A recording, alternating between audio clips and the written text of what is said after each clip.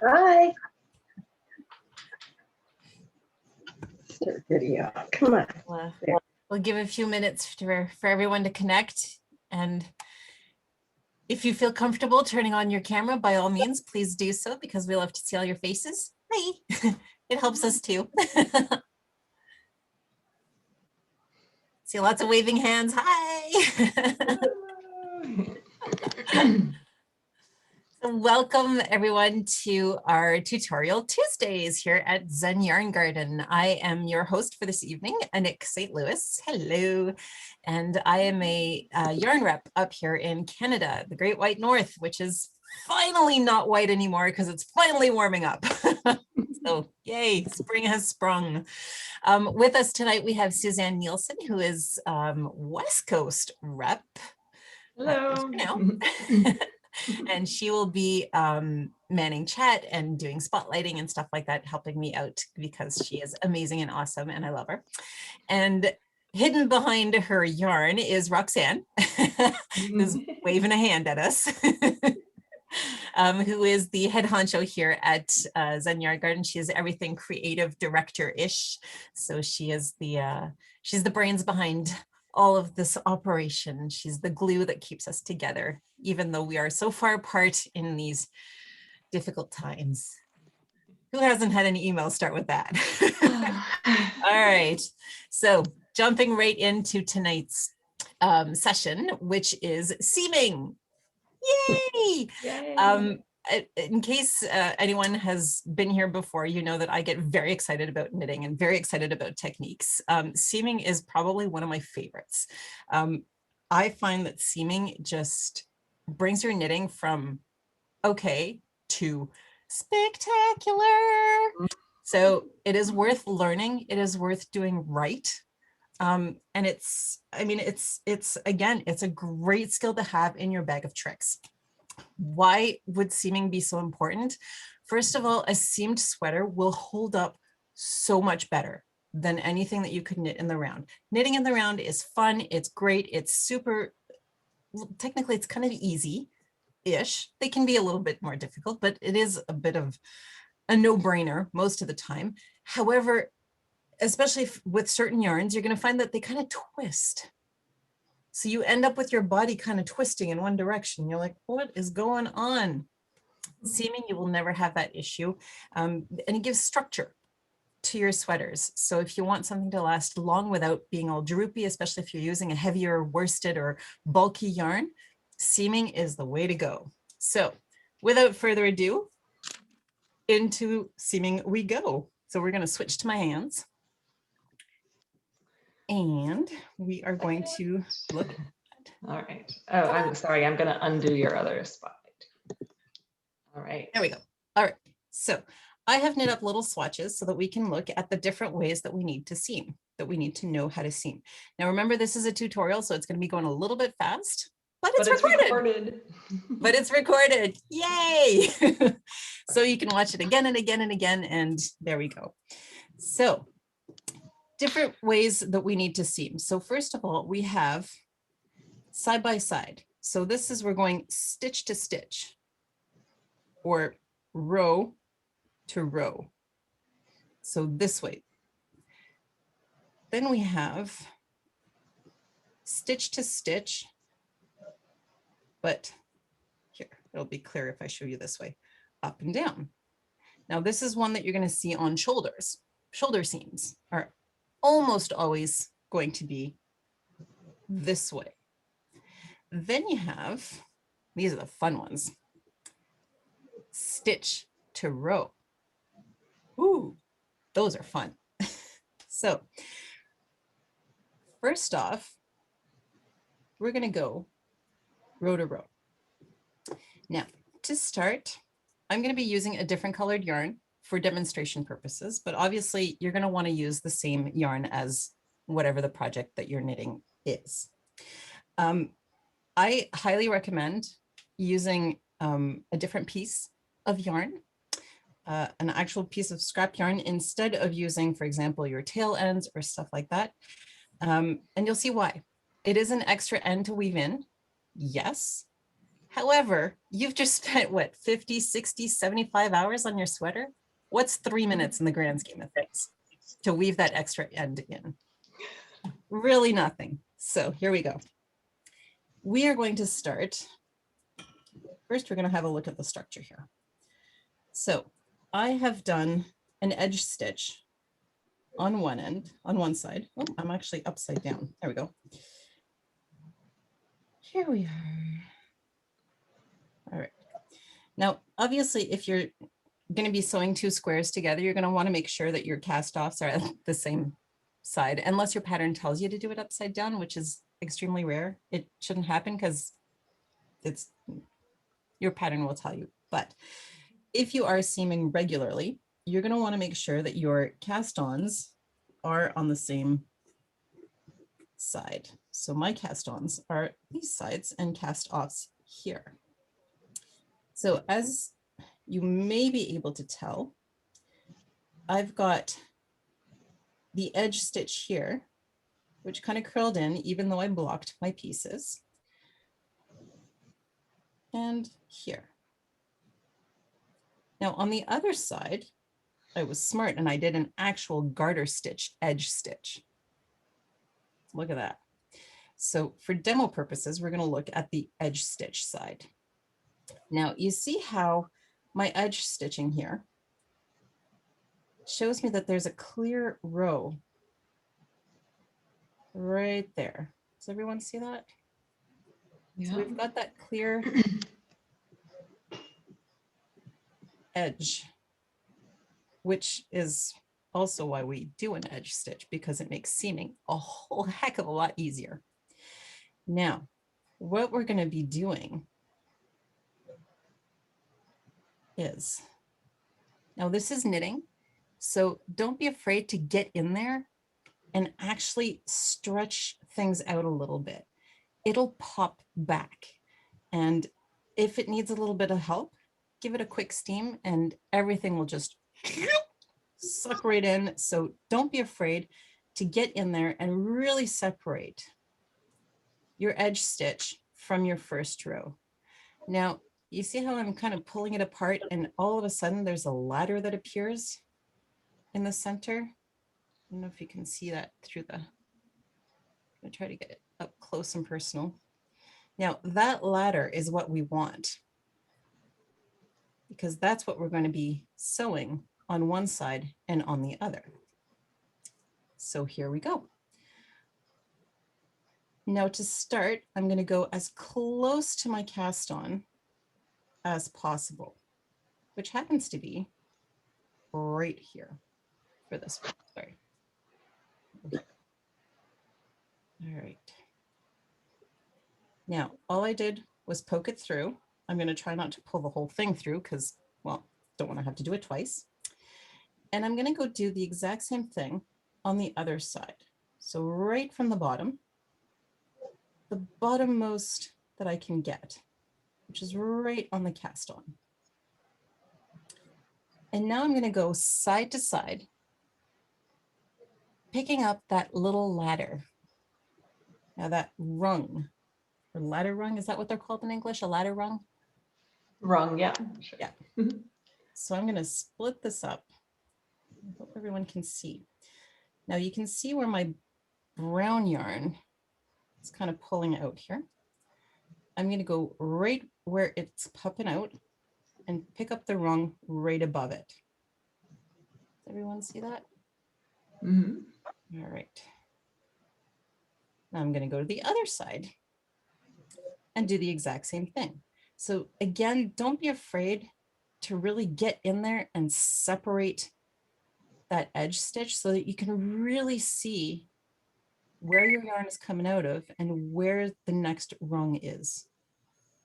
So I'm going to go right there. Mm-hmm. And I'm going to continue going back and forth between the two pieces. Now, obviously, if I'm not holding it under a camera, this goes a little bit better. But for demo purposes, we're going to keep going here. So I'm going to stretch it out. Again, you've got the fingers, you've got your needle. don't be afraid to get in there and scooch things apart so that you can clearly see what you're doing. Will you always need to be this, work at everything? No, of course not. You're going to pick up the habit of doing it and it's going to get easier and easier. But for now, use all the tools that you have to make it easier for yourself. So get in there and really stretch those apart so that you can see the next ladder, the next rung on the ladder that we've got going up here. So right into that next one. Now, Nick, I always do 2 rungs on each side. Am I just cheating, or is it okay to do that? It's cheating, but yes, you can Tell do me it. why I shouldn't do that. Well, it's going to be harder. For example, if you've knit sleeves that you're sewing together, or somehow you ended up with one piece, which is a little bit longer. If you're going 2 rungs at a time, it's going to be harder to camouflage that. Okay. Camouflage any scooching in that you need to do, because you can scooch in. I also use my tail. So why am I not supposed to use my tail? That's okay. We will see why not using the tail is actually better as soon as I am done here. So I'm going to go quickly. So again, always going back and forth, picking up the next rung on the ladder. Now you see how once you're kind of used to knowing where you're going, it becomes easier to pick up the next rung, because I know that my yarn pops out here. So the next rung is going to be in here somewhere. There it is. So I'm not necessarily going to have to go and work at separating everything every single time. Also, I think it's important, notice how she's not pulling it tight. Not yet. Yeah. So I'm just going to go back and forth between the 2. Now, I'm going to try to accelerate here because we do have 3 more seams actually to look at. So we're going to go a little bit faster. Now remember, this is recorded. Now, if you can see, as I'm going up, I've got my row of stitches here, all nice and neat on both sides. And that edge stitch, which was my garter edge, is just disappearing slowly as I go. So I'm going to keep going. So as you're doing this, somebody asked also, what if you're in seed stitch or garter stitch, or we will be looking at garter in a little bit. All right. I'm gonna get back to it. So don't worry, it's all planned. And I believe this method is like a mattress stitch, right, Nick? Yes, I do believe it is called mattress stitch. I actually learned all this in French, so I'm not familiar sometimes with the actual terms. Yeah. Mattress stitch. The joys of being multilingual. Yeah. All right. You don't necessarily, there was another question of, do you have to have that edge stitch? No, you do not have to have that edge stitch. Yeah. And I will show you afterwards. So I've got a little bit done here of going back and forth. And here is why it's a good thing to use just regular yarn. Because if I need to adjust, this is where the magic happens. I'm going to pull both ends. Now you see how I'm actually pulling tight on both sides, and I have absolutely nothing to adjust. My piece just magically comes together. Nice. So yes, you can use your tail end, but make sure when you do pull your seam that you're holding on to the end. And one thing that may be an issue is that you're going to have to kind of push it down and finagle as you go, especially if you're doing a very long seam. You're going to need to do this often as you go. Okay. So there is the magic of seaming. Ooh. Absolutely invisible. This is why we love seaming. Seaming makes your garment look professional. So moving right along, because it's already 7:15. This was another advantage to using, I don't know if anyone saw that. I just You yanked just ripped this, it out. I just yanked it out. So if I screw up, I can just pull the whole thing out instead of picking it out one by one. Nice. So another Okay. advantage. So while I'm getting this next step ready, Suzanne, do you want to tell us about tonight's coupon code? Yes, today we have, I'm going to switch over to our discount code special for the for our seaming lesson here. So it is good for 20% off on this whole Zen Yard Garden site. And it is seams. So here it is. It expires in 48 hours from now. We also will have the recordings available. So you're already on the email list if you registered for the event. So you'll get an email about the recording. You can go and watch that. And we just want to point out our discount code is good on all of the things on the website. That includes like patterns and some really fun knit-alongs that Nick and I have been leading lately. So one is the next one that's coming up, that the date, the whatever drop dead date to sign up for that knit-along is coming up. So this is the Rainbow Warrior shawl. And it's just a really fun two skein shawl, 2-color skein shawl with some slip stitches in there. It's just nice and easy knitting, but we'll be going over this cast on and just a lot of fun with this picot edge bind off. So that'll be a fun one to join. We can walk you through. We have a couple different sessions. So if you have questions come up, it's fun because we get to answer them and hang out a little bit. So we posted those times in the chat too. It starts on May 2nd, but we need to get your yarn to you. So make sure to get signed up for that. And the 20% off is good on all of that. So back to you, Nick. Thank you, Suzanne. So we will jump right into our next type of seam, which is basically shoulder seams. This is when you're going to use it, shoulder seams. Also, if you knit something sideways, for example, a cowl, and it actually comes together, you're going to be using this kind of seam as well. So for this type of seaming, we're going to be picking up legs. As funny as that sounds, we're going to be picking up legs. Now, in knitting, this is the right side. So my stitches, I'm going to try to hold it up here, have V's.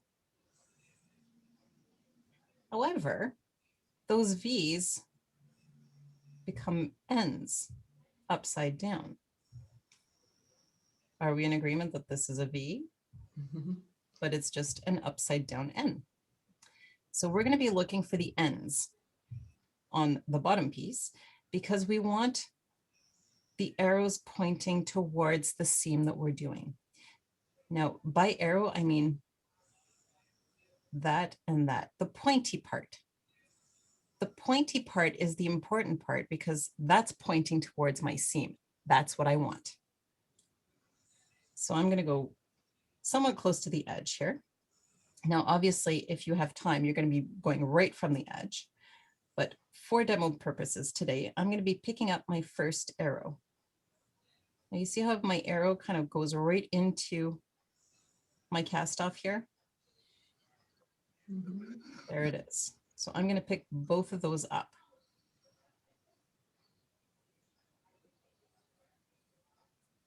Then I'm going to go to my other piece. And I'm going to go and find the arrow pointing towards the seam, which happens to be the V's on this side, and the N's on that side. The important part is to remember that it's the arrow pointing towards the seam that you're making. That's what you need to remember. V's, N's, whatever, doesn't matter. The arrow. So the arrow pointing towards your seam is what you want to be picking up. So here is my arrow. I'm going to pick up both legs of my arrow. Now, when in doubt, have a look a little bit higher. Am I actually picking up two legs that are pointing towards my seam? Yes, because I can clearly see my V here. Can clearly see it pointing down. So there we go. And just like when I was doing my side seam, I'm going to go back and forth, back and forth, back and forth, always going back in where my yarn pokes out first to pick up the next arrow. Now, am I really picking up the right two? Yes, because I can see my arrows pointing towards the seam. Those are the two that I want. Back to the top part, my yarn is popping out here. This is where I want to poke back in. So picking up the two legs. So yes, Suzanne, now you pick up both. Okay, too. I cheat on those sides so often, I guess. It's okay. But sometimes I think it's okay to cheat, maybe. Sometimes it is. It's good Sometimes to it know is. the. It's good to know how to do it properly, and then you can use shortcuts. You can decide if it's okay. You can decide, exactly. So for anyone looking closely home, does this remind you of anything? Oh, it Like looks a Kitchener knitting. stitch, maybe, Mhm. or an extra row of stitches. So as we keep going back and forth, picking up the arrows pointing towards the seam, that's the most important part to remember. And you're always going to want to go right to the next one. So where's my yarn coming out of? That's where I'm going back in. Now, if you need to help yourself along, you can thread a smaller yarn in a very contrasting color, like a red fingering would work for this. Thread it through to help yourself so that you're not accidentally going up or down a stitch, so that your seam remains exactly where it's supposed to be. So I'm going to keep going back and forth for a couple of stitches here. Now on shoulder seams, you do have two options. You can either make a row of stitches, which then become part of the material that you're doing, part of the pattern, or just like we did before, you can scooch them in to have a nice firm seam, which works really well for shoulders. Let's be honest. A nice firm seam, and yet your stitches go straight from one side to the other. So yes, it is a little bit more obvious if you pull it in, but it's going to be much firmer. And your row of stitches is still going straight from one side right to the other. But I guess if you want it to be maybe a little bit flatter of a seam, is that when you would leave it? Yes, if you want, for example, if you're knitting a cowl closed, then you would definitely want to leave it a little bit looser. So I'm just going to skip here. So yes, if you're doing a cowl or whatnot, you're definitely going to want to do basically what you're doing. It's almost like a duplicate stitch, to be honest, except that you're duplicating over top of your seam, over top of your there. So yes, you can do it a little bit looser, a little bit flatter, so that it just flows right into the other. Obviously with a different colored yarn, not going to happen. Yeah, it would But just if you- disappear. It would just disappear if I was using the exact yarn that I used for my samples. Yeah, flip it over and show us the reverse side for both of those. Have a So the reverse side, here we've got the one that I tightened. So it does have quite a bit of an edge, ridge. a ridge. And these are the two stitches that I actually didn't. If I open it up here, you can kind of see the brown poking through there. So it's definitely going to be looser Flatter. and flatter. Yeah. And there we go. So moving right along. Sorry, this is going really fast. Yeah. So again, this is why I like to use random yarn, because if you do screw up, you can simply pull it out and start over. Yay. Starting over is part of the fun in knitting, isn't it? We've all been there. Hmm. We've all had to rip. All right, so our third seam in is actually a combination of the two that we just learned. So on one side, I'm going to be going for the ladders, the ladder rungs. And on the other side, I'm going to be going for the arrows pointing towards my seam. That never changes. The arrows are always going to be pointing towards your seam, whether it's side to top or top to top. So on one side, I'm going to go right by the edge. So right by the cast on. And I'm going to be working on rungs here on this side. On this side, I'm going to be working my arrows. So I'm going to go straight for the first arrow, which happens to be right on this edge, and pick up that edge stitch. Now, for anyone who has ever knit a gauge swatch, raise your hand. Gauge swatches, who's knit a gauge swatch? Oh yeah. You know that your real gauge will rarely be your stitch gauge. Now, rule of thumb for anything below a DK is going to be approximately 3 arrows to 4 ladder rungs. Approximately. Anything larger than a DK, it's going to be approximately 2 to 3. Your gauge will tell you exactly. Now, yes, you'll need to sit there and count them. Oftentimes your pattern will tell you approximately what it's supposed to be. In this particular case here, I'm going to be going 3 arrows to 4 ladder rungs. Now here is where Suzanne's trick of doing 2 at a time comes in handy. Because for every 2 ladder rungs that I pick up on its own, I'm then going to do a double so that I'm doing 4 ladder rungs here to 3 arrows here. Now, why is this? It's the nature of knitting. You get more stitches than you do, or you get more rows than you do stitches. That's the way the stitch works. All right, so I'm going to go pick up my ladder rung right here. And we're running out of time, but it's okay because we still need to do the garter and we will get there. So I'm and it's recorded if you and have it's to recorded. run. Yes. Catch the last bit.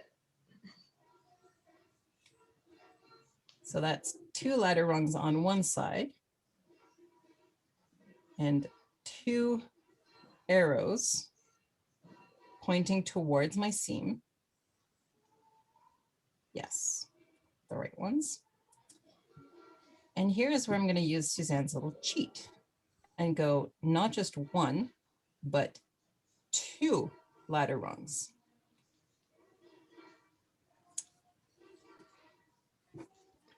Can you think off the top of your head when you've seen this seam often, or like if sleeves are joining a, you know, a kind of a drop sleeve, drop, whatever that's called, Yep.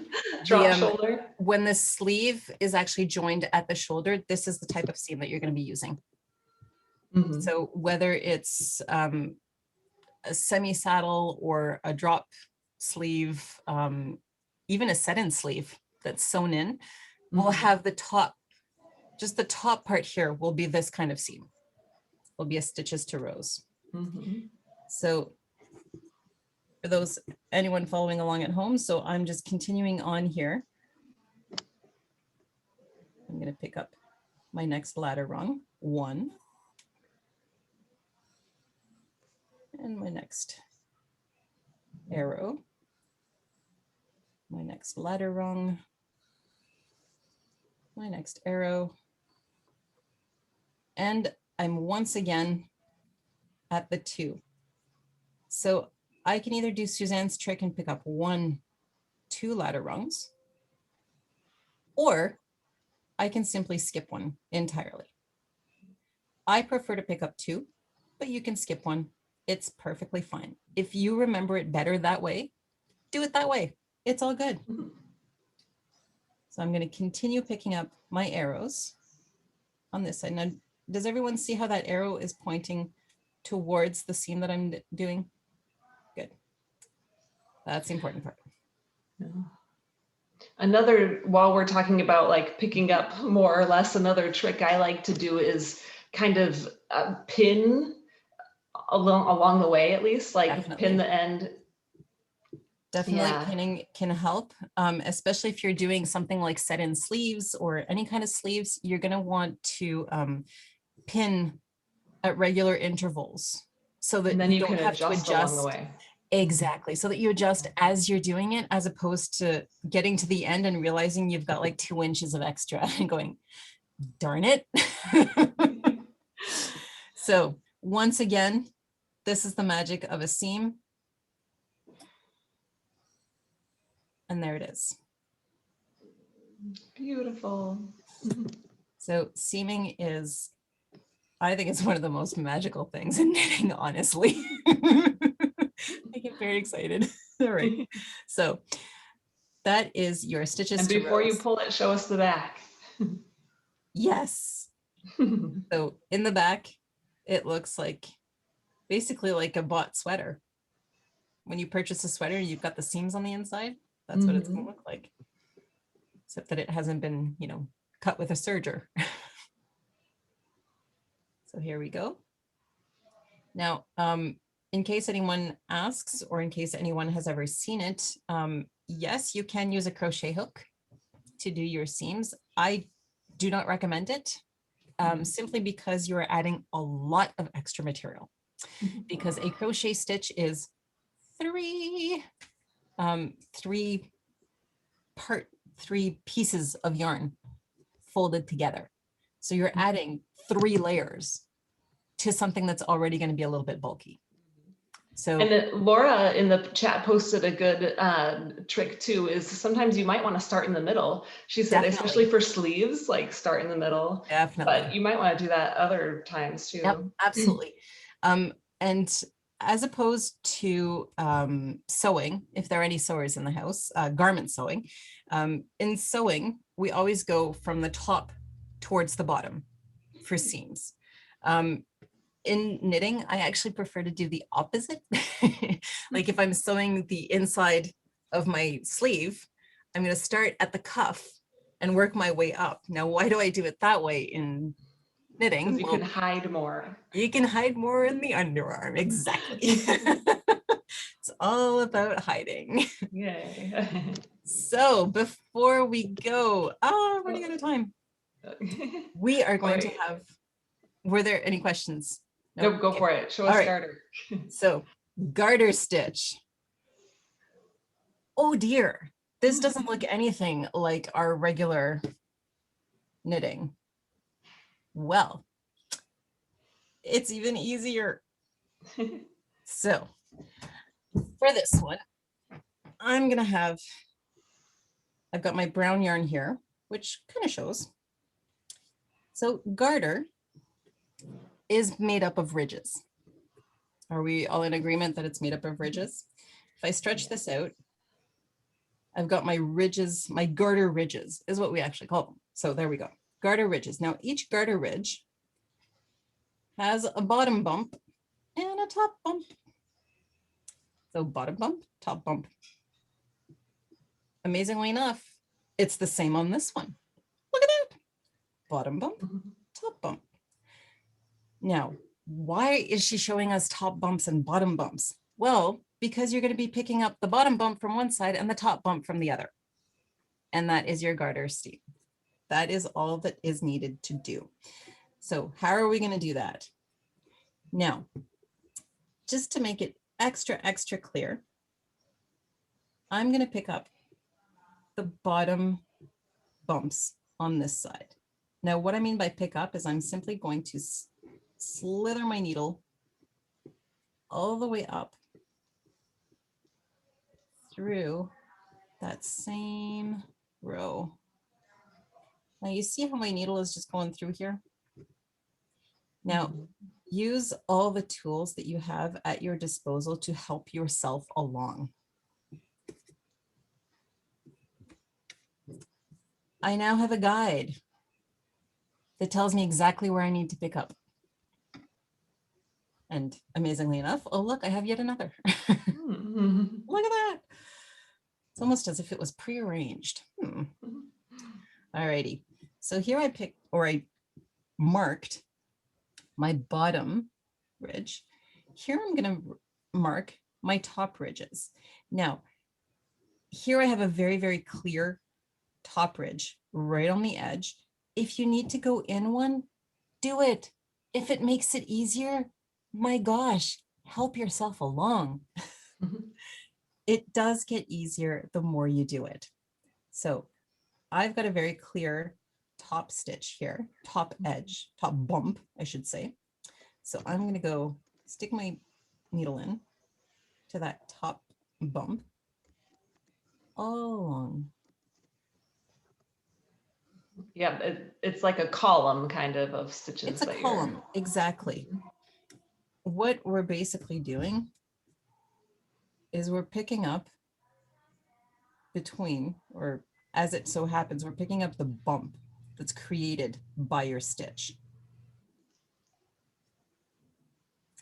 So here we've got the bottom that I've threaded through and the top that I've threaded through. And then I have yet another piece of yarn. And Nick, you just did a garter edging on this. You didn't have it. You were just knitting garter stitch the whole time. No edge stitch. I just did garter stitch back and forth. Very simple. No slip stitches. No nothing. Nothing at all. So to start, I'm going to go as close to my cast on as I can, which happens to be, if you stretch out a little bit, remember how I said help yourself along by stretching things out? My gosh, do it. Stretch these things out so that you can really see where your cast on is and poke right through. Boop. There we go. We're going to do the exact same thing on the other side. So I'm going to go and yank all this so that I can really see where my cast on is. First hole that appears is right there. And now this seems to be a common theme. We're going to go back and forth, back and forth, back and forth. Amazing how all seams work the same way. So I'm going to go pick up, I'm actually going to follow the guide that I put in here. So pick up the bottom bump on one side. And then I'm going to go pick up the top bump on the other side. And I'm going to go back and forth between the bottom bump, which is easily identifiable because I helped myself along with my guide. Look at that. There it is. And top bump. Bottom bump. Top bump. I think the concept is pretty clear. Bottom on one side, top on the other. And it might take you a little time to put that guide in, but look at how fast you can go once it's there, right? Yeah. It'll also prevent you from accidentally going over or accidentally going to, whoops, the bottom bump instead of the top bump. Now, I have seen people demonstrate this as you want the frowns and the smiles. You want the frowns on one side and the smiles on the other. Top bump, bottom bump. We don't like frowns. There's no frowning in knitting. There's no frowning in knitting. Well. Okay, maybe. But a frown is just a smile upside down, is it not? So I'm going to keep going a little bit.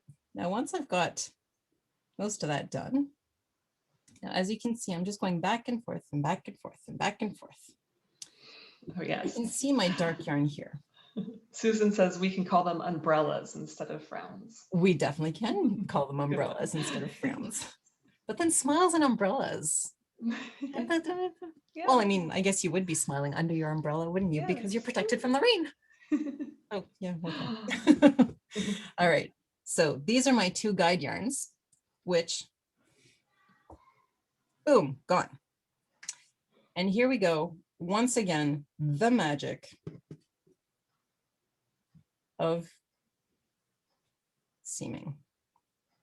Now, obviously, we can see my dark yarn Not too much though. Not too much, but imagine if it was this exact Mr. Fabulous color. Here is my seam. Now, a good garter seam is basically invisible.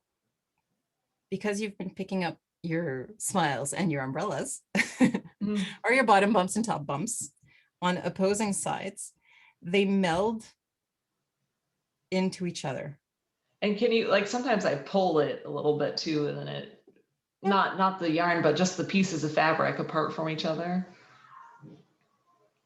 Yeah, you can't even tell. Like, Yeah. perfect. So the magic of seaming. On the other side, we have the seam right here. So the seam on the inside is basically what you're going to be eating up and hiding inside. So that's it.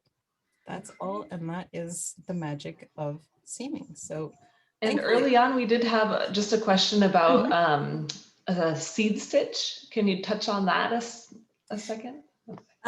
Seed stitch, you're going to be, you really can kind of pick whichever one you would prefer to use, depending on the edge that you have on your seed stitch, and depending on if your pattern matched up in order to eat an entire stitch or to eat up only half a stitch. Or you could always add yourself a little edge stitch. You can always add an edge stitch, a garter edge stitch. Absolutely. And then you just do it like garter or like, Yep. Well, your garter edge, it actually or like your ladders, right? It actually, yeah. So it actually becomes your ladder rungs because you're going to be working this way. Even though the body is going to be seed stitch, your edge stitch is still an edge stitch. So That's great. So, Well, now we're really over time. So do we have any last minute questions before we go? we cut her off? Did I do a garter stitch edge on my stockinette swatch? I did on one side. I don't know where my brain was when I was doing my swatches, but I did on one side. I've got a garter edge stitch on this side and no garter edge on this side. Yeah, and you can put a garter stitch on anything. But it is absolutely not necessary. And if you do want to help yourself along with the ladder rungs, you can by threading through. Now this doesn't need to be every single one. It'll help if it's every single one, but it doesn't need to be every single one. Help yourself along by putting a guide. And that way you can see before you even start sewing, is my edge going to be straight and is it going up the same row? Yes. There we go. Sounds great. Any other questions? Did I miss any along the way? I think so. All right, we have another tutorial coming up next week. We do. What is it next week? Brioche. Brioche. So brioche is a little, one of those trickier techniques, but we will do a demo and record it so you can follow along. And we'll even have throwers and pickers. Yes. So remember that this session is recorded. So if you missed anything or if it went a little bit too fast, please, please, please go have another look. And remember that we are always here to help. So, oh, and remember to use your seams discount code when you go shopping. Yay. Yes. It's good for 48 hours. So up to it. All right. Yay. Thank you for joining us. Thank you everyone for joining us and have a fabulous evening and go and enjoy the beautiful sunshine, which is not shining here anymore, but I hope it is where you are. Have a great evening, everyone. Bye.